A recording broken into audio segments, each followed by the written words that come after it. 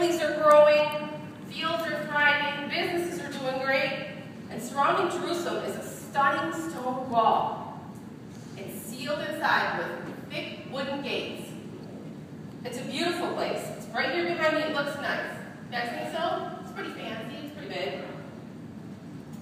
The walls that were up were really strong and sturdy, and they were meant to protect Jerusalem from people that could come in and invade the place, bad people, enemies.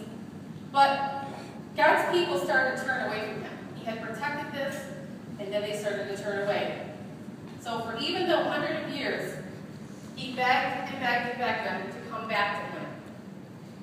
So they didn't. And because of that, God finally allowed his people to be defeated. He no longer protected them or their city. Jerusalem was destroyed, including its magnificent temple and powerful city walls. He allowed most of Israel to be taken captive. They were captured. So during the days of Nehemiah, God's people were still under the power of the Persian Empire. They still weren't on their own dependent nation, but God promised that he wouldn't keep his people in captivity for long, forever. They had started a long, slow process of rebuilding the city and rebuilding the walls that they once had with great culture. On our big story timeline, you can see that Nehemiah's story took place during the lost tribe of Jonah and Daniel, before Jesus was born. Inside the Persian Empire was a godly man named Nehemiah. He was a cupbearer, protected the cup of the Persian king, Ahasuerus. Cupbearer sounds like it would be kind of a cushy job, right? When you just hold the guy's cup all day. But that wasn't just Nehemiah's job. He had more to do. He had to make sure that no one poisoned the cup of that king. So if anybody brought the king anything to drink, well, Nehemiah had to take a drink first. And after he ate, if something happened to him, then the king wouldn't touch that cup or that food. So still working under King X, I have a hard time saying his name, Ahasuerus, Nehemiah required to sample all of his food. And Nehemiah was a powerful Persian. Nehemiah was not a powerful person in the Persian Empire, but he did have a lot of influence on what happened there. So, one day, Nehemiah was visited by one of his brothers, Hanani. While they were together, Nehemiah was able to ask about the status of the Jews in Jerusalem, and while they were trying to rebuild their city walls. Although Nehemiah had never been to Jerusalem, he really cared deeply for that city because he knew it was where God's temple stood. So Hanani informed Nehemiah about a very big problem that had happened there. It wasn't like it used to be, like you remember. So Nehemiah agreed that Hanani said to him, some of the people who returned are still alive. They are back in the land of Judea. But they are having a hard time. They're awful ashamed of what they've done. The wall of Jerusalem was broken down. The gates were burned with fire. Just imagine that. Returning to your hometown, but everything's a mess. Everything's broken down. It's a wreck. When some of God's people returned to Jerusalem, they returned to a broken down city. And although the temple in Jerusalem had been rebuilt years earlier, the wall surrounding it was still in quite shambles. It couldn't protect the city. They had been destroyed by fire, and they hadn't been rebuilt. The condition of Jerusalem's walls and gates left the Israelites embarrassed. And that was the land that God gave them. They were awful embarrassed by what was left behind. Back in ancient times, a city's wall and gates protected the people. Without the wall, the people were defenseless. So with a strong wall, the people without a strong wall, the people were very vulnerable to being attacked by their enemies.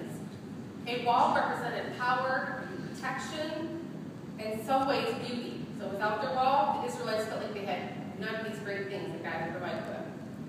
Upon hearing this, Nehemiah's heart broke because, as I said, he loved the city. He had a very deep love for it. He fell to the ground weeping. He couldn't even be comforted. He mourned the condition of the city wall and the morale of the Israelites. Something had to change. Someone needed to do something. So for days, he fasted and fasted and he prayed. What can I do? Listen to what he prayed. Lord, you are the God of heaven. You are the great, wonderful God. You keep the covenant. You make those who love and obey you, your commandments. You show them your love. You protect them. So Nehemiah